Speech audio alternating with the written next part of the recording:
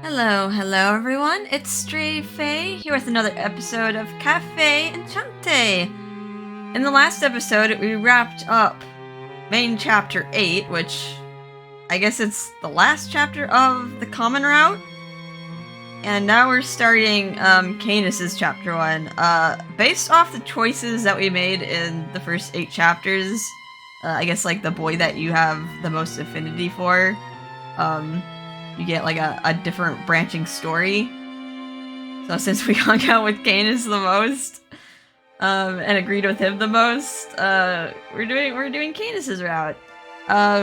People are wondering if I was gonna do the other routes as well. I will do them. I think I will have to actually go back to like the other 8 chapters and like make different choices to do different routes, but luckily, since this is at the end, you should be able to just skip through the dialogue lightning fast to just get through to the choices and then, yeah, just get to like a different route that way.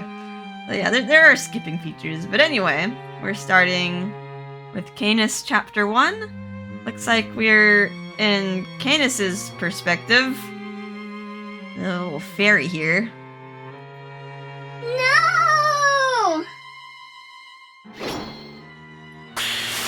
Oh, okay.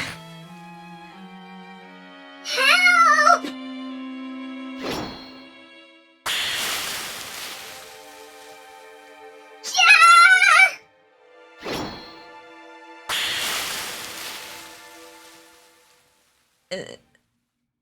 Is Canus killing everyone? The pale hand of death knocks on the door. All equals when it calls. Be it the impoverished living in a shed, or the king living in a palace, and both sinful fairies and innocent fairies, with not a single discrimination.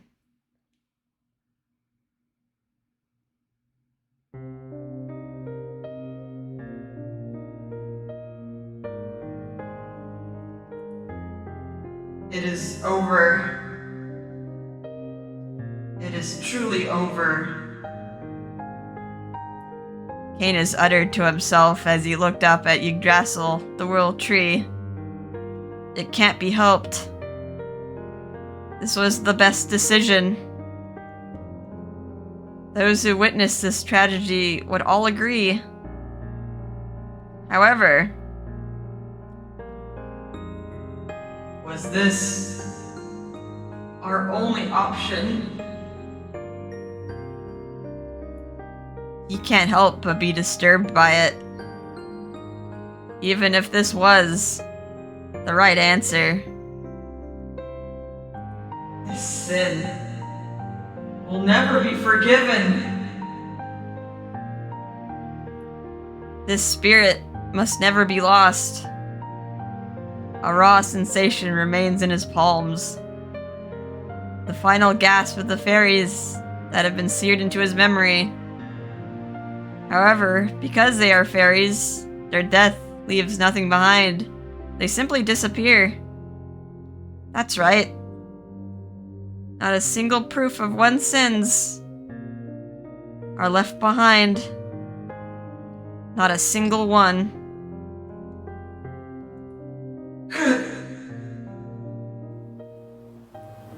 A gentle autumn breeze blows, not discriminating what it runs into as it traces above the fire.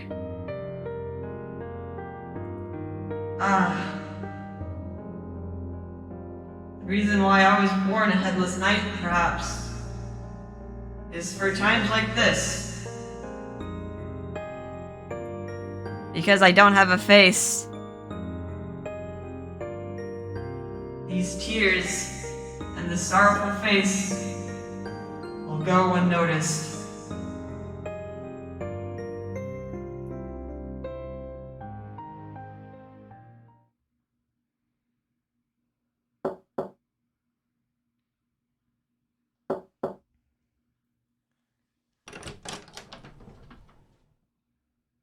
Oh, we're back at the cafe.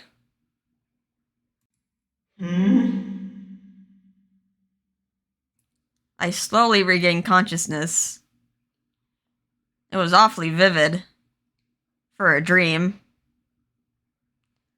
So much so that that awful feeling is still in these palms.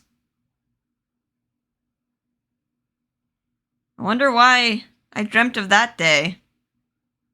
Perhaps I am being punished, as I could never forget that tragic day. And with those thoughts, just as I tried to awaken from my drowsiness and wipe the sleep from my eyes. Canus, are you really sleeping? Oh, wait, is he just sitting? I am speechless. For some reason, Kotone's face is in front of mine. Very close in front of mine, in fact. Daydreaming, perhaps? If you're gonna sleep on the chair, you might as well sleep in the bed. But he's just stoically sitting in a chair. Why? Why is Kotone in my room? Oh wait. I think I have been hearing someone knock lightly for about a minute now. I'll be grateful if she came to check on me out of concern, but... Hello? While calling for me with a light voice, Kotone waves her hand in front of my face. She's too close. So close that I hesitate to speak up. Oh no, this is embarrassed. Then, Kotone tilts her head at my lack of response. What should I do? Did he really forget about our promise to replant the flowers today? Good thing I don't have a face, or perhaps it is a misfortune. It seems that she does not realize I am fully awake. Not like I have any reason to pretend to be asleep. However, I hesitate to casually say good morning at such close proximity. If only she would take a few steps back. But I suppose I am not that lucky. Oh no! You can't say anything! Okay, she hasn't realized he's awake now though. He's turning pink. Rather than stepping away, she came even closer and curiously peeked at my face. It's rare to see Canus napping like this. Since I can't see his face, can't be sure if he's actually sleeping. Wonder what his sleeping face looks like. Perhaps this too is a side effect of my facelessness. She continues to observe my face from all angles, in detail, without considering my personal space.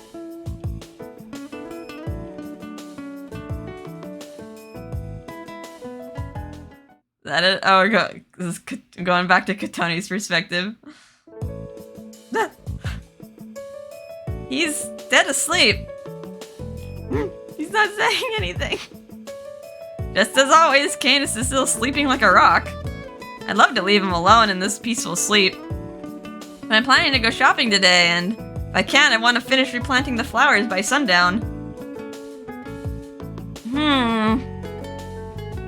After some thought, I've made up my mind. Try waking up or try poking his cheeks. I guess we're supposed to be cute. We're gonna poke his cheeks.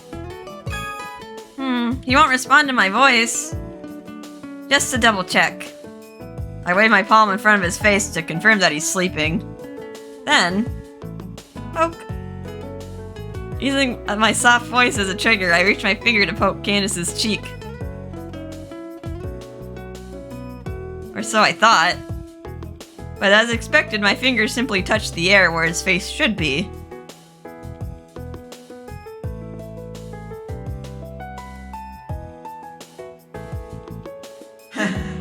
You may be surprised to hear that I'm referred to as the Headless Knight.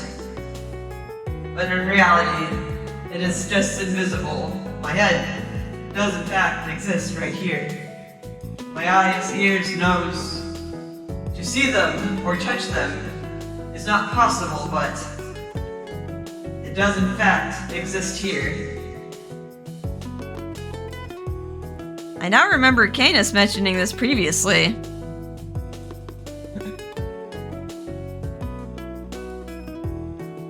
And now I once again try to reach for it, but the outcome was obvious. My hand touches nothing, only going back and forth through his head. Without so much as a physical sensation, I began to slightly doubt if his head really does exist. It does feel a bit warm though.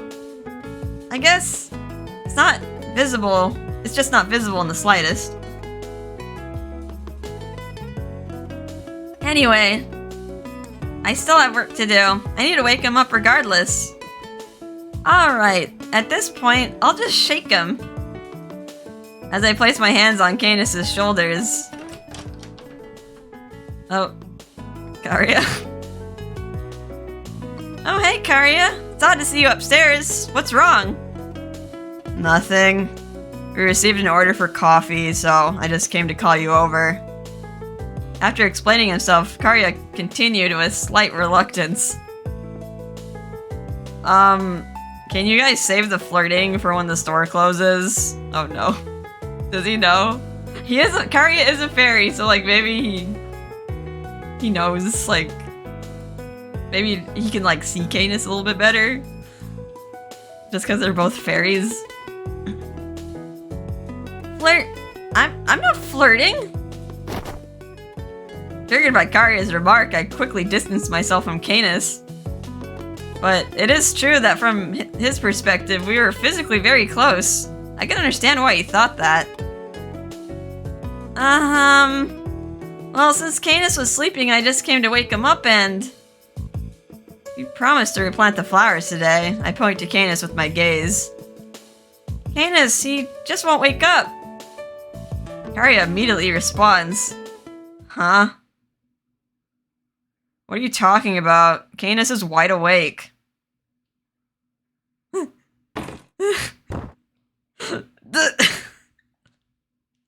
Oh god, this is too funny. What?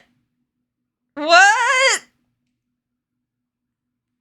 As Karia points it out with squinty eyes, the brave knight who was napping, pretending to be asleep, suddenly got up, making a grandiose noise.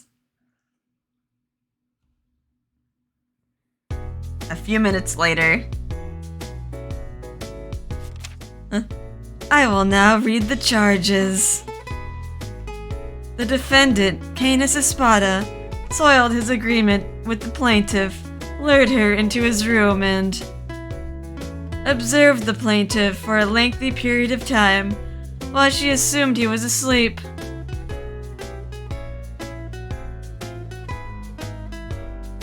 I see. So the defendant, Canus Espada, was savoring the moment staring at the plaintiff's innocent face. It is a misunderstanding. I'm not such a degenerate. Do you hear?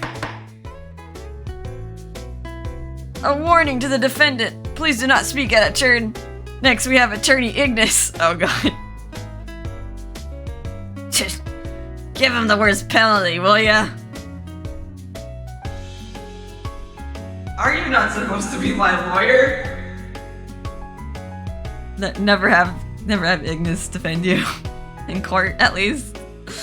Also, I saw some movement above me. I'm just gonna check if there's a spider. Like, maybe it was just my imagination, or maybe the spider is gonna find me later. But now I'm like on guard. Alright, anyway. Is this some sort of comedy sketch? As the owner, you can stop this, right? Haha. Well, this is just the usual. Why don't we just let them continue? Cute! An amateur court session takes place inside. Karia and Rindo were there, listening to them with me. I thought surely he was asleep, which is why I was looking at him so closely, but... I didn't think he was watching the whole time. Ugh! The thought of it's so embarrassing! So with that, I decided to change the subject and switch gears. By the way, Karia, I never really talked to you about this, but can you really see Canus's face? I figured that because like they're both fairies, so I thought maybe it'd be like more obvious. more obvious to Karia that, like, Canus was awake. I remember when you came upstairs earlier? You knew right away that Canus was awake. I thought that maybe Canus's expression and his face were visible to you. Oh, that. Not like it's clearly visible to me. I've just been able to see its subtle movements since I started going to Medio. It's almost like having bad eyesight and spotting someone 30 meters away or something like that. So it's like, I'm aware it's there, but I can't see all the details of it. I can only vaguely make out his expressions and whatnot. Actually, I thought that was the case for everybody, but I guess not. Yeah, at least for me, I can't see anything at all. Mr. Rindo nodded in agreement. Everything is invisible to me too. Not even a single contour. Whoa. Wonder why I'm the only one. I'm pretty sure that's because you possess qualities of a fairy?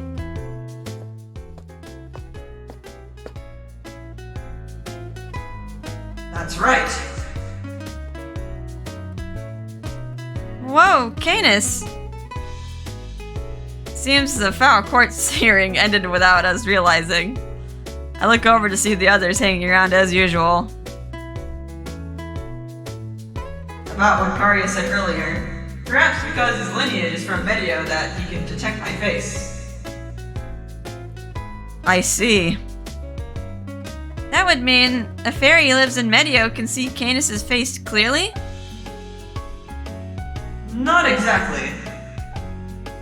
Being born in the same fairy world does not guarantee the ability to see my face.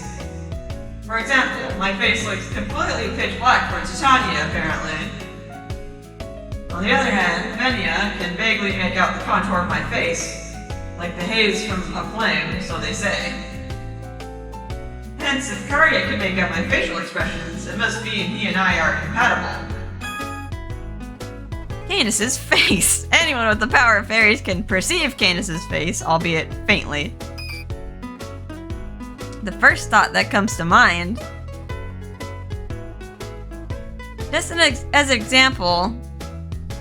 Would I ever be able to see your face? Is that even possible?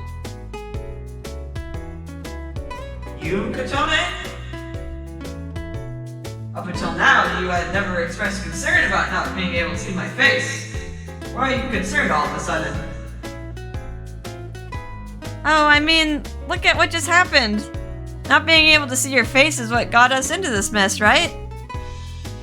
So, if I were able to see your expressions, maybe we could avoid this in the future. Take a drink. I see. You have a point. Yeah, but it's difficult for even another fairy. Do you have any idea for a workaround? Well, I mean... probably not magic. Oops. Try creativity? I don't know, can we like... I'm just thinking of like invisible, like people with invisible powers just like splashing paint on their face or something. Let's try creativity. How about... I repeat to myself as I cross my arms in contemplation. Then a great idea comes to mind. Oh, I know. What if Karia drew a sketch of Canus's face? I hope Karia's a good drawer.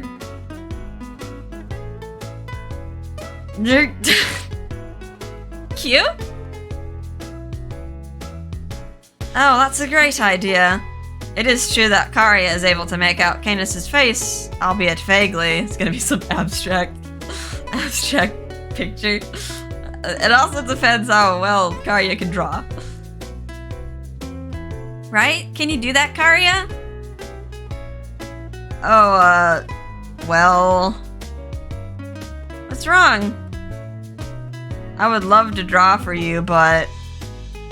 I mean, there's no sketchbook around here, so... Oh, in that case... Why don't you use this notepad and pen? Once he takes the notepad and pen from me, Karya's expression quickly turns stoic. Sounds like you're having fun over here. Il and the others joined in anticipation for Karya's drawing. Ugh, fine, I'll draw, but better not complain how it turns out. Karya, still looking stoic, starts sketching. Can I see what he draws? Will he show it? 10 minutes later. There, I'm done. Let's take a look here. Let's see. The crowd gathered around Karya's sketch with their interest piqued. Oh no. You even drew like the body? Like, what is this? You got the vest. I see Canus has a very strong square chin. And a little bit of head hair. Canus! He's pulling your leg, right? Sorry, I'm not good at drawing. Oh, is that so? I was beginning to worry I actually looked like that. And just like that, Karya's lack of artistic talent was revealed. Il's comment, "He looks like some sort of creature, right?" left an everlasting impression on me. Some sort of creature? What? Everyone else tried their own hand at drawing his face, but Canus's face remained a mystery to us all. At some point, dusk had fallen, which meant it was time for Karya to go home.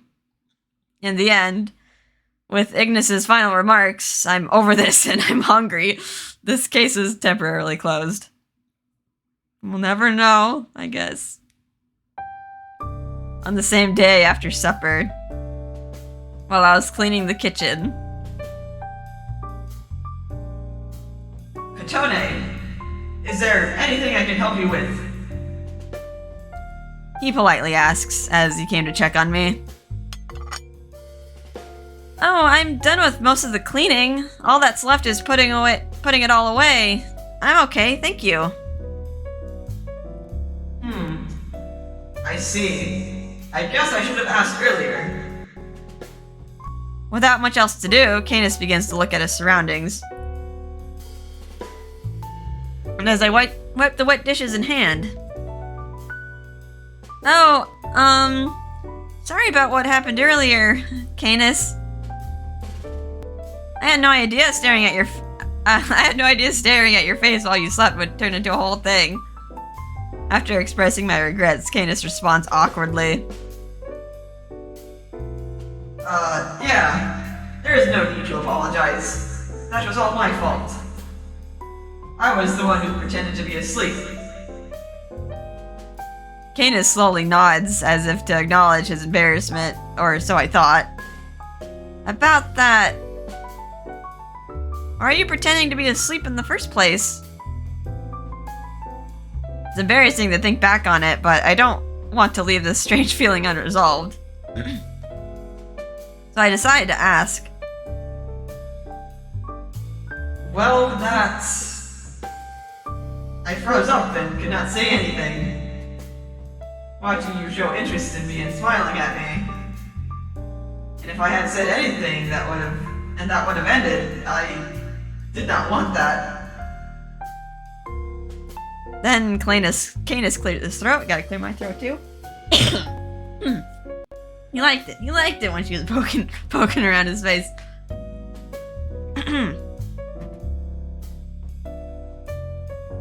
In other words, simply put, I wanted to look at your face for as long as I could get away with it.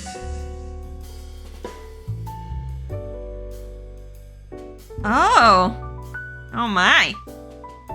So that's what it was.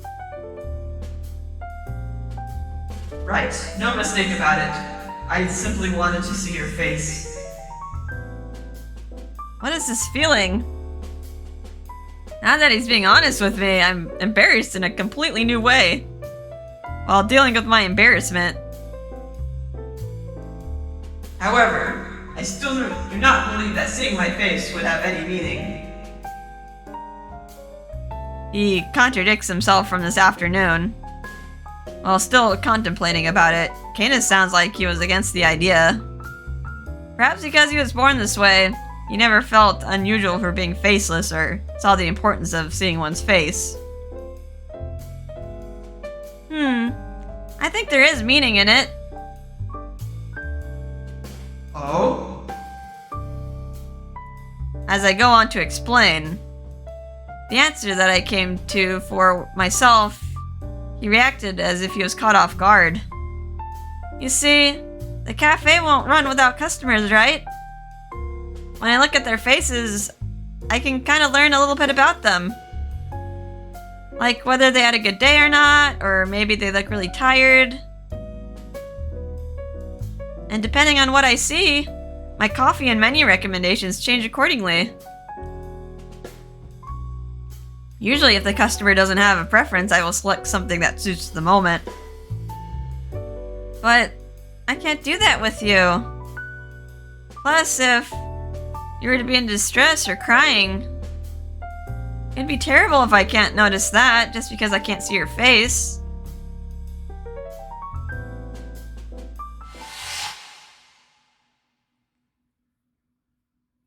No, remembering.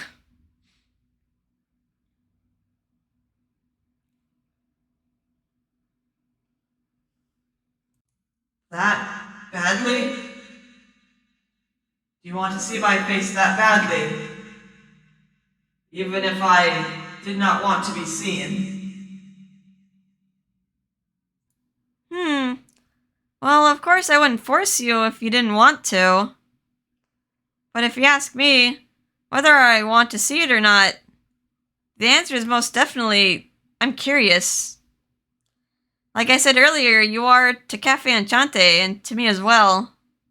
A valued customer.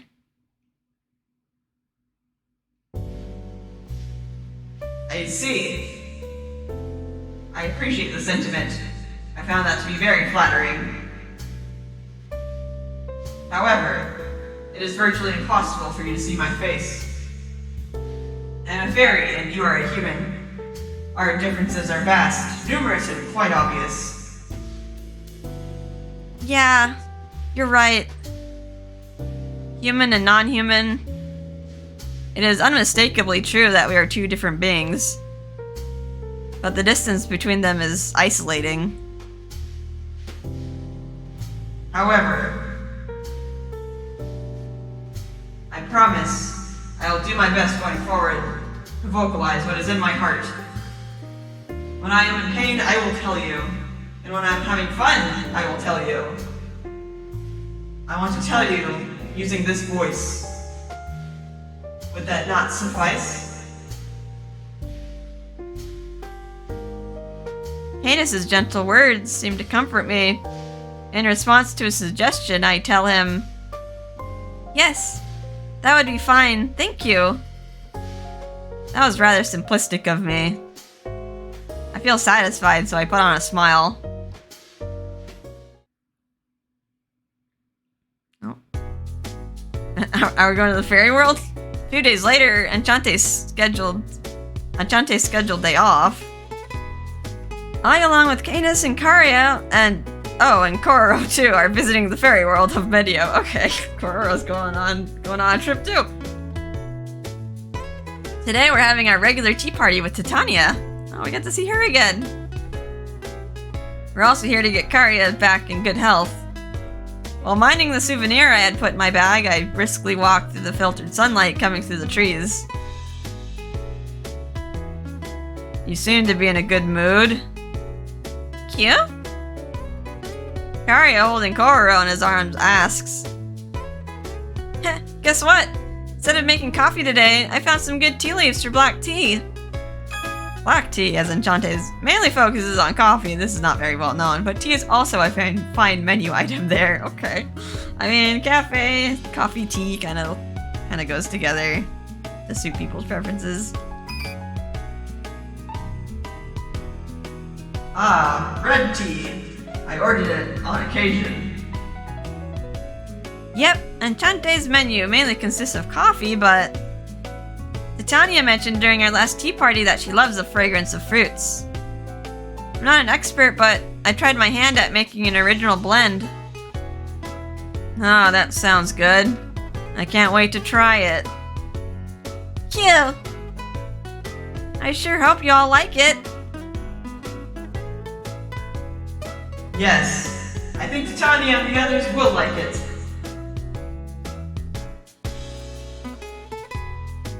We walked a little farther, and as we near the center of Yggdrasil, Now that we have come this far, we won't have to worry about getting lost. yeah, we'll be okay. Karya nods along in agreement. As usual, I have personal matters to manage, so I must excuse myself. I'll be back before sundown. Please be ready to go home by the time I get back. Gotcha! Well, hopefully no fairies push us off a cliff. Just freaking walks off so loudly after seeing Canus off. The rest of us head over to the Nexus. And once we peek into the vast Nexus... Oh, these two again? Oh, what voice did I give to Tanya? I gave her the queen voice. Hey, Kotone, I've been waiting for you for ages. Hello. I didn't necessarily want you here, but I will do my best to welcome you. One in good spirits and the other not so much. The polarizing welcoming party made me smile. Good afternoon, Titania, Fenia. Thank you for having us today. Same goes for me too, thanks. Cute. The main purpose of this tea party is to talk with Titania. Unlike common tea parties on a table, we lay down a sheet near the throat and make things as intimate as possible. We share what's going on in our own lives, share the latest fads and concerns of our respective worlds. Venia, who's usually cold, has been warming up to us lately. They don't immediately leave the conversation. And they now actively engage with us, participating in a dialogue. Oh, look at this! Nia! It seems in the human realm there is this thing called a vacation where their outfits change with the seasons. See? Kotone brought this, fashion magazine. Take a look. Aren't there so many different styles? It is quite lovely. Especially the one with floral patterns. Titania had expressed interest in the clothing of the human world during our last tea party. Girl, you're already fabulous the way you are. She don't need no more fashion. She's already at the peak. So I brought over a fashion magazine that was laying around in my bedroom. It looks like they were enjoying it. I've been thinking... Doesn't Venia sound awfully nice when they're talking to Titania? He said in a whisper. Karya looks towards the two of them, laughing with one another. You're right. I guess there's a level of trust or something like that. Considering Titania calls Venia by their nickname Nia, I guess both of them could be called Nia. They both have the same ending to their name. Although sometimes I see in the dialogue that, like, they keep swapping Venia's name with Veneer. And, like, Kororo becomes Kokoro. I guess that's just, like, translation whoopsies.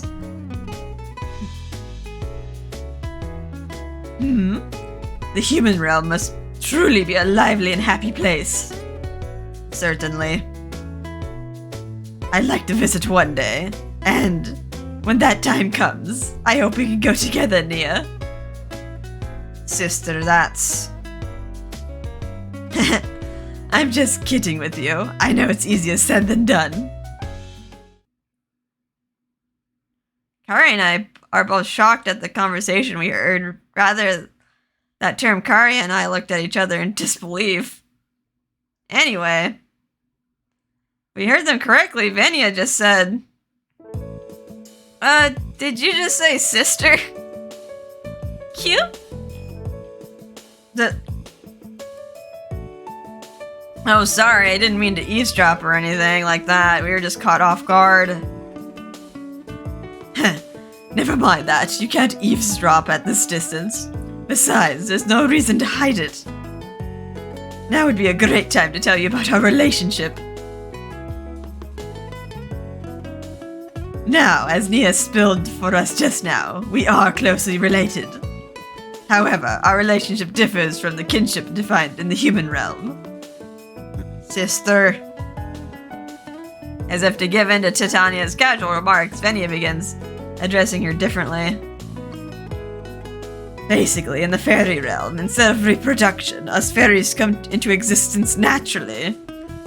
I guess with Kari it was different, because, like, he was born a human, but then, like, reverted into fairy, so, like, I'm guessing reproduction is possible, but I don't know. Simply put, we came into existence at the exact same place at the exact same time. In other words, you're equating your relationship to siblings? Right. Simply put, our relation is self-proclaimed. I see. You both do give off a similar vibe, and share some things in common, so I guess it makes sense. By the way, I have been a little curious. What is it? Oh, I know this sounds really rude, but Venya, which gender do you identify as? Personally, I feel bad for asking, but the best way to continue building relations is to be honest and open with them, so I had to be brave and ask. Then, oh, is that all? We fairies, as sister just mentioned, don't need to reproduce. Hence, unlike other organisms, we do not distinguish between male and female. So I'm fine with whichever you prefer. Oh god, my throat is like drying up. Tanya, your voice kills me.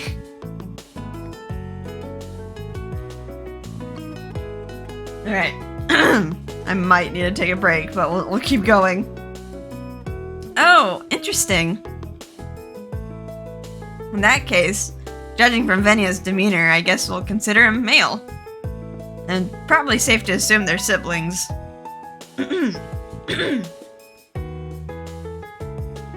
After these exciting revelations, the tea party carries on. The conversation lands on the topic of the incident at Amasaki Island, right? That was a big thing. I was like, that was so weird too. Just like at the end of like the main chapters. We're gonna figure out more about that. Unbelievable. A rift-shaped wormhole appeared in the sky, and that's when the violent attacks began. That must have been devastating. Wormholes do occur in Medio, on rare occasions as well, but I've never heard of a case where such deadly entities appear. I guess that wormhole is anything but ordinary, even from another world's perspective. Then...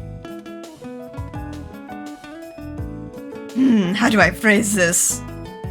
I'm glad you were safe, but the number of casualties must have been huge. Well, although we have no connection to your world, I cannot help but express sympathy. For some reason, they both look sorry and depressed. Casualties? We're talking about humans here. Considering the scale of the incident, there must have been many casualties. I don't know, like maybe some of the crew might have been like in the crossfire, but not many people were on that island. I must apologize for bringing up such a painful topic. Really confused. Like there wasn't anything. It was just. I don't think any of the GPM members were even killed, right? They just said they were like gravely injured and on boats. Oh, could it be? So are you two? I was only talking about the wormhole, so I made you confused. It is true that some were injured. Yeah, but there are no casualties, so rest assured. Huh? Their eyes opened wide in response to our words. What do you mean? The regulars met up with us and dealt with it. Venia scowled at Karya's vague remarks. By regulars, you mean that demon lord, the fallen angel, the beast, the middle-aged man, and Canus? I like how Rindo's identifier is middle-aged man. Is like not even human. Everyone else is just identified by their race. Right. Everybody joined forces and dealt with the wormhole and the giant arm. You keep saying dealt with, but I don't think that means what you think. Ugh, I know, but it's so hard to describe. But it's true that according to Canus, they are quite talented people. Regardless, it's hard to believe the lack of casualties from this incident, right? Usually that would be the case, but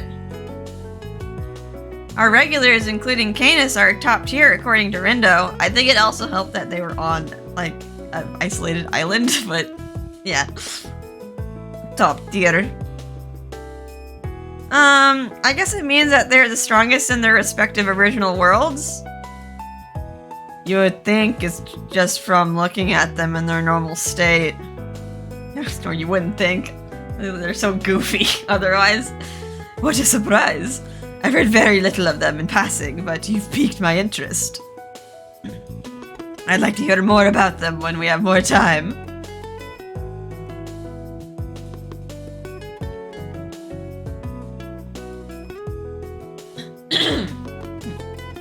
Clear my throat. Man, my voice is like sandpaper right now. After that, we kept talking about things that occurred on Amasaki Island. Time flew by. The greenery of Medio surrounding the Nexus turned into autumn colors. And with that, Canus returned as he promised. On the road back home, we share our tea party conversation with Canus as he's just like creaking along. I see. You told them about Amasaki Island. I guess I never really told you about the details. I think I mentioned to you that there was a little commotion. Yeah, that's on you, Canus. You're right. Now that I think of it, there's nothing little about it. More like pretty big. I have a feeling that is an understatement. Oh, I know. Canus, I was gonna tell you. I'm considering visiting Medio more often. Is that okay? That is okay. Is something going on? Yeah. You know, Titania can't move from her throne, right?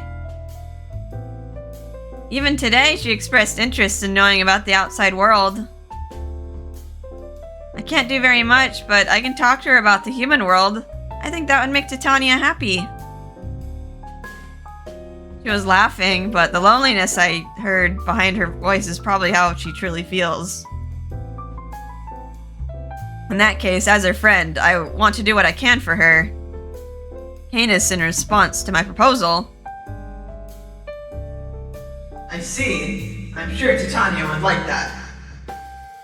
I will thank you in her stead, Kotone. Thank you for being her friend while her body and soul is bound to that place. His response is so kind and thoughtful. Yeah, I'm glad I met such a nice friend like Titania, too.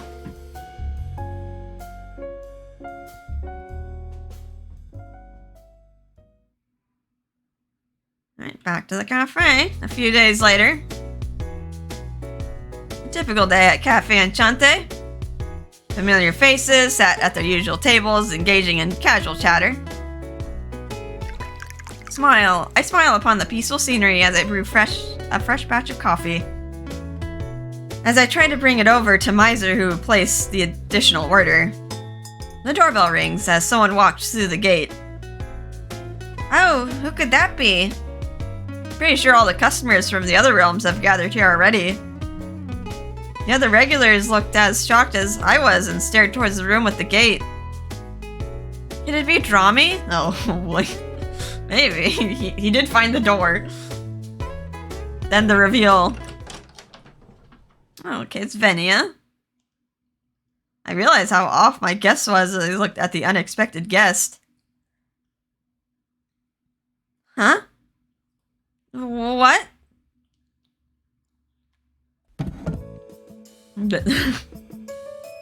Medio! Canus stood up and gasped at the arrival of our unexpected guest. Quite the commotion in here.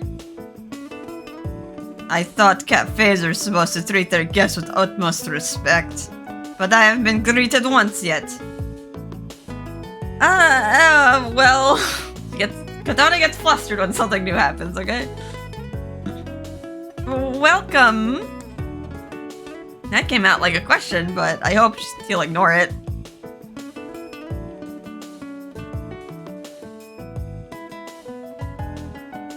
He takes a sip of the red tea that he ordered, rather emotionless.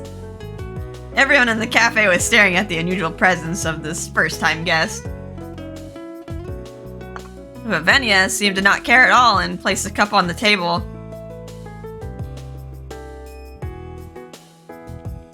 Medio, now that you have finished your tea, please talk with us. Why did you decide to come to Enchante? Do you have any business with us? Nothing in particular. I am visiting as normal customer. A customer? Customer? Do you mean to say that this cafe chooses their customers? Oh no, it's not like that. I was under the impression that you were never interested in visiting Enchante, so... No, I do not. Not even little bit. That much is true. But that is my personal opinion. Her Majesty, however, is quite the opposite. Oh, she's going for Titania's sake. Titania? After nodding yes. Venia turns around and faces the regulars gathered in the cafe. Her Majesty has taken strong interest in Enchante as well as the regulars that frequent this place. Henceforth, I shall visit this cafe to gather information for Her Majesty's, so that she may be pleased. Meaning... So in other words, you want to fraternize together interesting stories to tell. Does that sound about right? Does that mean you'll start coming to Enchante regularly, Venia? Yes, though reluctantly. I am willing to banter with a bunch of lousy clowns, if that makes Her Majesty happy.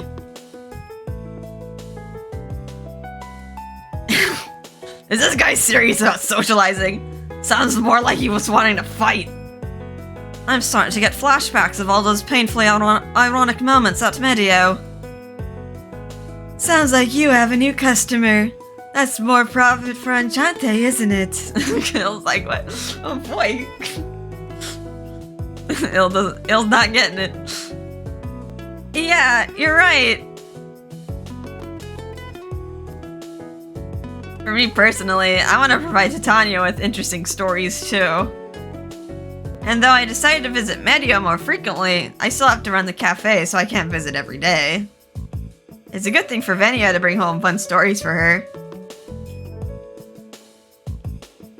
Anyway, let us take the time for a meet and greet.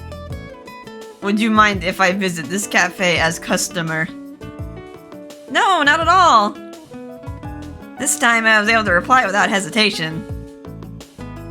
Thank you very much, in that case. It is pleasure to make your acquaintance. Apparently, Canus taught him how to pay the bill. After placing small crystals on the table, Vinia shuffles onto the other room and makes for the gate. Okay, I guess that's... I think they mentioned it'll like paying in gold. But I don't think they mentioned how the other people pay their bill. So I guess the fairies have like some sort of crystals that are probably worth a lot of money. I wonder what Ignis pays with. Like, all I could think of is just like pelts or something.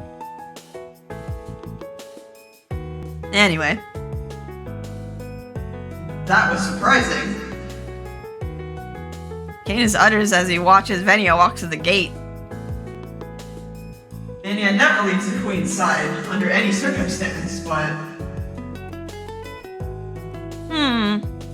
Maybe that's how bad Titania wants to get to know everyone. I hope we can start getting along with Venia too. Yes, by all means do so. He has a touchy personality, but he's not a bad person.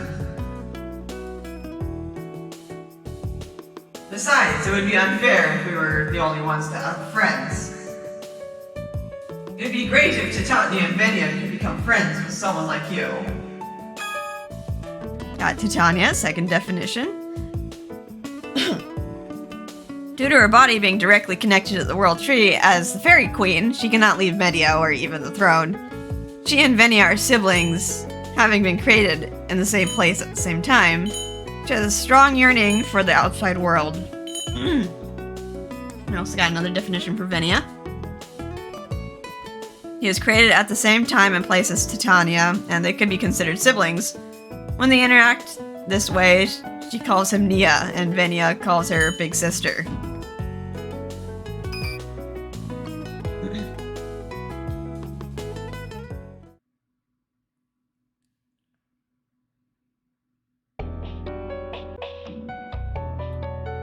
And with that, I will now frequent Cafe Enchante. Just when I thought you had disappeared. I didn't know you were doing such a thing. Did I worry you? No, not at all. As your sister, I am quite flattered. How wonderful it is for an odd one like you to make friends. I must say that is none of your concern. It was a joke. Thank you, Nia. I look forward to your stories. Yes, I shall bring back plenty of stories for you. Yes, for you. Oh. Even though it makes him uncomfortable, he's doing it all for sis. Alright, back to Kotone's perspective. And just as he said during his greeting, he intended to do just that. Venia began visiting Enchante, as he had been a regular this whole time. Canus, perhaps because he was worried if Venia isn't accustomed to this place yet, always makes a point to sit with him.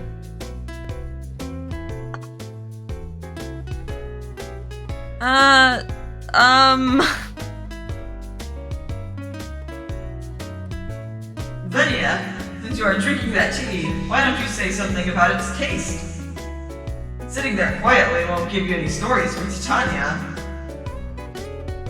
Yes, I am fully aware of that. That is why I'm currently thinking about what I want to say. Please do not bother me. And it's out of his comfort zone, so... He's trying. Well, you don't have an obligation to talk. That's completely up to you, so... Thank you for the kind words. Anyway, are none of the other regulars coming today? As he mentioned the other day, he seems to be curious about the others, while Venia curiously scopes out the place. I don't know if it really matters what I pick. Guess I'll pick Ignis and Mr. Rindo. You see him probably like either the most normal or maybe like more willing to share stories. I feel like Miser and Ill are like too wrapped up in mysteries, so I don't know if they'll like have any stories for Venia. I think Ignis and Rindo are supposed to come in today as usual. At least I think they said that yesterday. And just as I finish my sentence, the front entrance doorbell politely rings. Speak of the devil. Excuse us. Oh, hey, Venia. So you really are regular here now. Welcome, Rindo. Would you like to order something to drink? Sure, I'll have a cafe latte. I'll order some food later. Cafe latte, coffee made by mixing espresso with heated milk. Often confused with cafe au lait, that one is made by mixing drip coffee with milk. Okay. I guess I would probably be drinking a lot of cafe au lait because I just drink coffee and then creamer, which is like milk with a butt ton of sugar in it. Kinda. I mean, a lot of creamers are probably not milk based, but sure, no problem.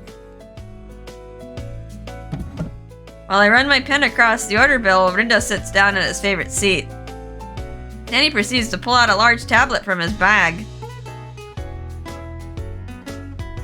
Oh, Venia, sorry to bother you, but can I interview you real quick? Gotta do stuff for work. Gotta get his research. Interview? You intend on visiting the human world from now on, right? In that case, I want to register your info on the GPM database. Huh.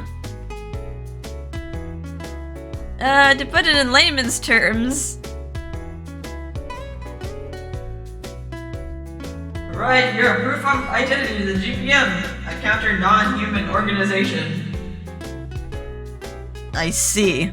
Does that mean the regulars here have all registered their information? As far as I can tell, people tend to forget, but my job is to monitor non-humans. Not just drink coffee here? What? I see. You are collecting data of non-humans, including everyone here. Understood. In that case, I shall cooperate. Okay, well, that's nice of him. Not everyone wants to just, like, divulge all their info to some government organization. He proceeds to answer Rindo's questions. Then, in between questions, Venia takes the opportunity to ask Rindo what he thinks of Miser and the others who frequent this cafe. Once the conversation settles for a moment... Who's this guy? You're so annoying! Oh, stupid tiger. Is this Ignis? You brought this onto yourself. Get away from me, you stupid tiger! Rather heated exchange can be heard from the gate. It is. I'm sorry, bro. Please don't abandon me. For reasons unbeknownst to me, Ignis exhaustedly drags Dromi along since he was wrapped around his waist. Who's that? He looks awfully unreliable. Does he also have powders? Wow, he just met Dromi. He's like, wow. Who is this pathetic creature? No. He is Ignis's friend. From what I've heard, he was pretty weak. Long time no see, Dromi. You look pretty uncomfortable. What happened? This kid never learns his lesson. He walked into some beast's territory again, despite what happened last time. So he ran and ran, until he saw me about to enter the gate and latched onto me. Oh, like a bunch of monsters just waiting outside the door. Hope they don't know how to turn the doorknob. Dromi is still hanging there desperately onto Ignis, who's trying to untie him. I'm begging you, bro! Can you please beat up those guys that are out there looking for me? Otherwise, the second I return to Bestia, I'll be murdered! Why don't you just use your stupid fast legs and just run away? Well, what if something unexpected happens? Don't you want to save the life of your innocent little bro? Shut up! Innocent people don't call themselves innocent. Wow. He's like, clothes off. Alright, flame on. The cafe's room temperature quickly rises as the flames from Ignis's body begins to spark. Surprised by this, Dromi rushes to get away from Ignis. After Dromi runs away screaming, Ignis's flames settle down to normal as if to signal relief. Oh, sorry, Venya. That was overwhelming, wasn't it? No, more importantly, I didn't have the chance to ask him, but the flames surrounding his body. Huh? This whole thing? That's because I'm a firewolf, obviously. Oh, remember during the sorry. Oh god, sandpaper throat. The Amasaki incident? Ignis was the one responsible for erecting a wall of fire on the ocean. Ah, you're still here, Dromi. I thought you ran out the door. Ah, my bro is the undisputed champion beast of Bestia. That's a piece of cake for him. While Dromi bolstered arrogantly. Interesting. Venya curiously gazed upon Ignis's waving fire. And so it went on. Venya continued to visit the cafe.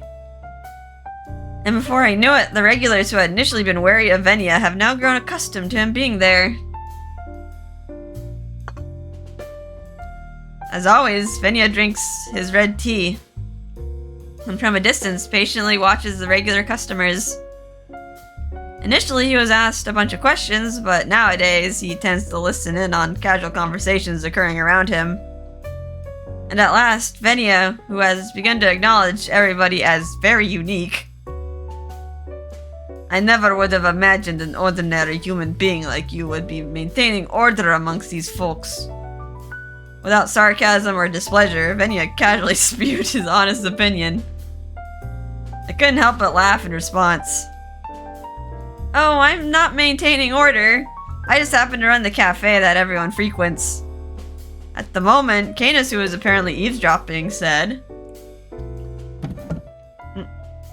Oh. You are wrong. It's because you are the owner that we continue to visit this cafe.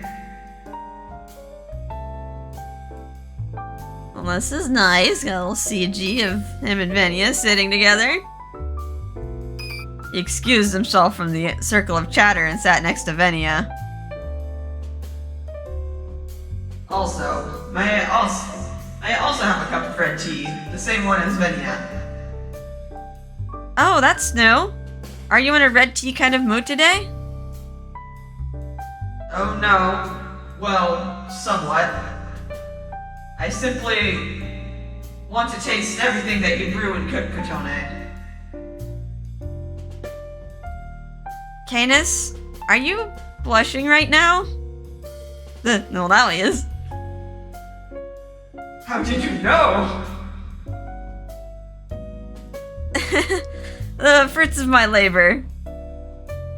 Or so I'd like to say. I think I just got lucky this time. I just had a feeling. I said, and as I'm preparing the red tea and engaging in casual chatter. Venya lets out a gentle sigh and starts staring deeply at us. And she's smiling, what?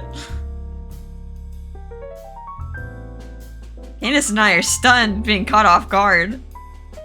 But as usual, Venya without objection or sarcasm. I believe I am beginning to understand why Her Majesty has a longing for this place.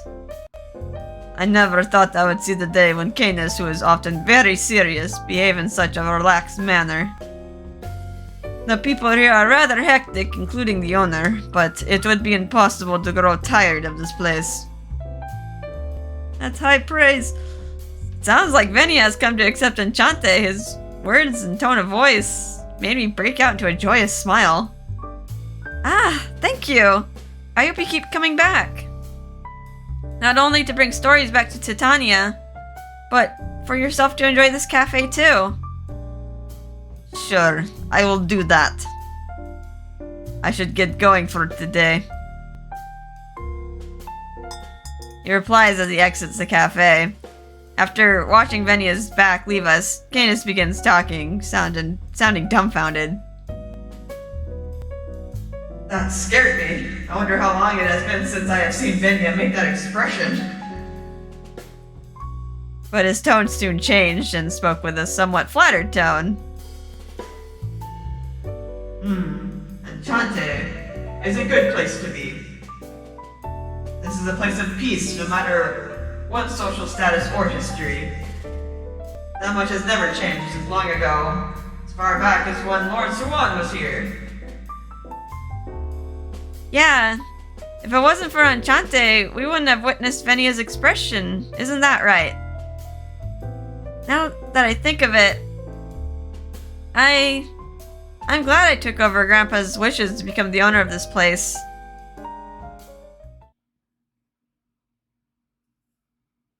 And this is how our relationship with Venia and his sister Titania grew deeper and deeper. And thanks to Venia taking home fun stories, our conversations with Titania became even livelier than before. So basically, Otome games simulate the intricacies of romantic relationships. Yeah, you went shopping for merch with Il and them the other day too, right, Venia? Well, yes, but at the time I had no clue what the merch and the games were all about. Oh, Il's here. I was under the impression that it was a very important facility for him. You're not wrong about that. Otome games are my emotional support. Ugh. Il came along with us today, is participating in our casual dialogue. And as for Canus, the one who opened the gate to this realm, has been in Medio since yesterday due to some personal matters, so he didn't come with us today. This time, Venia was the one who opened the gate for us, in the midst of all the chatter. The human realm is truly full of interesting people. As usual, it turns out to be a fun tea party, but after her gentle remark, Titania's expression is, on one hand, joyful yet somewhat lonesome. And on a whim, I glanced down by her feet and recall what she told me the first time I visited Medio.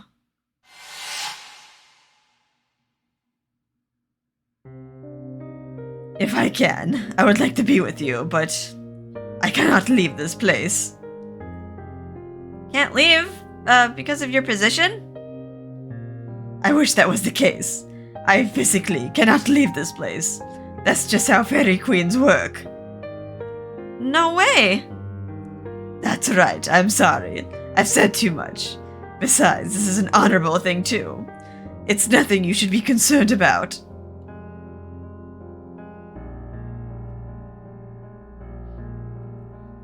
Though her feet are hidden and invisible, I believe beneath it is the world tree binding her tightly to this world.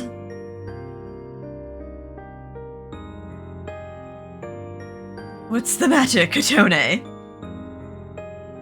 Oh, nothing. I don't know a thing about this world tree, but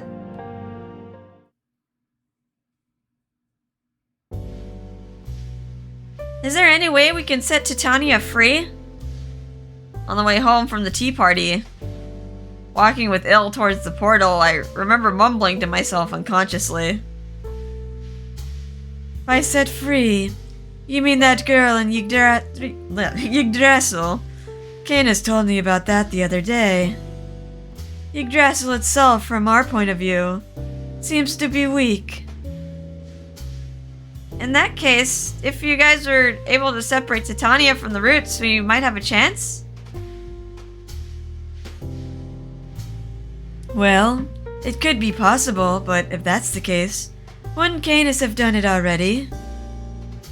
Oh, you're right. If he hasn't done it, that would mean there's a good reason for it. Yggdrasil supports life in that world after all. If we're too careless and something occurs, we can't take responsibility. In the face of the hard truth, I nearly give up until... Oh, little fairies. Hey there, human lady. Long time no see. Numerous fairies pass by in front of our eyes. A few of them stop in their tracks. It's good to see you again, Mr. Angel. Is it okay if I touch your fluffy wings and your beautiful hair again? Sure, but please be gentle. I am a bit ticklish. Yay, awesome! Hey guys, we got the green light! As soon as they were granted permission, the fairies started touching Ill's wings and hair as they frolicked joyfully. One of them that didn't join the crowd approaches and asks me an innocent question. Were you having a tea party again with Her Highness? Yeah, that's right. Wow, I'm jealous. I wish I could be a close friend with the Queen. You look up to Titania, don't you? Alright, drinking some water. Yes, of course. Queen Titania is Yggdrasil's most beloved out of all the past World Tree's brides. World Tree Bride? She's not the Fairy Queen? World Tree Bride! It's just another name for Fairy Queen. The only one that can be loved and borrow the power of Yggdrasil is the Fairy Queen. Among them, Queen Titania is the best at utilizing Yggdrasil's powers. That's why she is the most beloved bride. The fairy says innocently. I see. Loved by the World Tree, huh? But as a result, she is eternally bound to that place. The term bride is starting to sound somewhat ironic.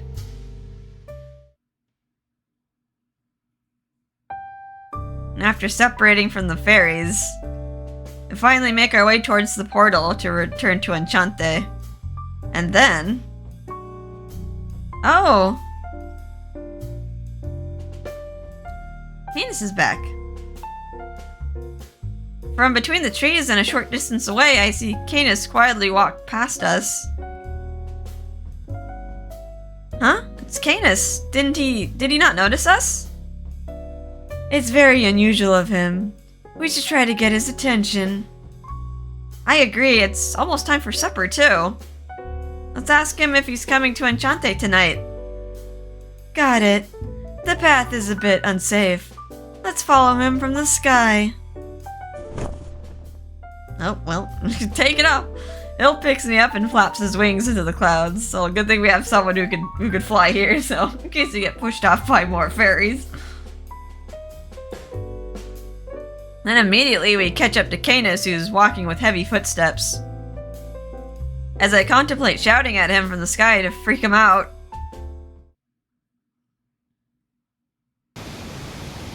We reach a giant waterfall. There, Canus is not alone. A fairy, different from the one earlier, is there with him. But... something seems to be going on. Please, let me go. I haven't done anything wrong. I was just living a happy life. Why does this need to happen? As long as I foresee your death, you can never escape it. No way, I don't want to die. I don't want to die. What? A flash. With Canus's immediate strike. The fairy's head and body separate and fell into the basin. Ooh. I don't think Canus wanted us to see this. After looking at his deed, Canus reverses course and starts walking. As if nothing happened.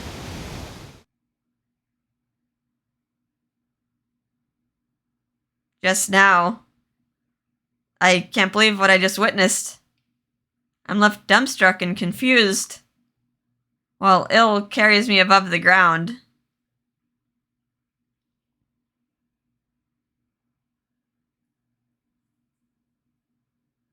Chapter 2. Alright, I guess the chapters might be a little bit shorter. During the boy routes? Maybe. I do need a break. The long chapters were definitely getting to me. Alright, well that was, an interesting revelation. I mean, we kind of hinted at it. Like, they called him, like, the Pale Hand of Death. And, like, he is a Doulahan, so I guess he's, like, responsible for ending fairy lifespans, like, indiscriminately. But yeah, I guess we'll find out more in the next chapter. So yeah, I'll end things here. I hope you guys had a relaxing time, and I'll see you in the next episode. Bye-bye.